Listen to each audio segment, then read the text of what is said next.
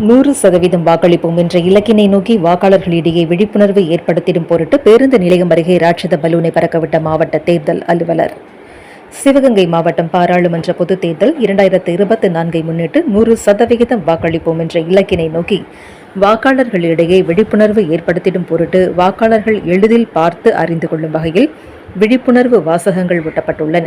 விழிப்புணர்வு ராட்சத பலூனை மாவட்ட தேர்தல் அலுவலர் மாவட்ட ஆட்சித்தலைவர் ஆஷா அஜித் அவர்களால் சிவகங்கை பேருந்து நிலையம் அருகில் பறக்கவிடப்பட்டது.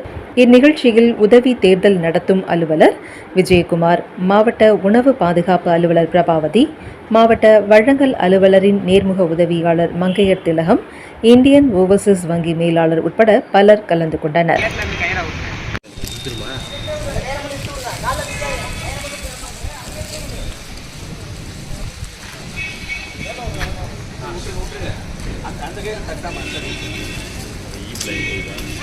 அதை எடுத்துருவா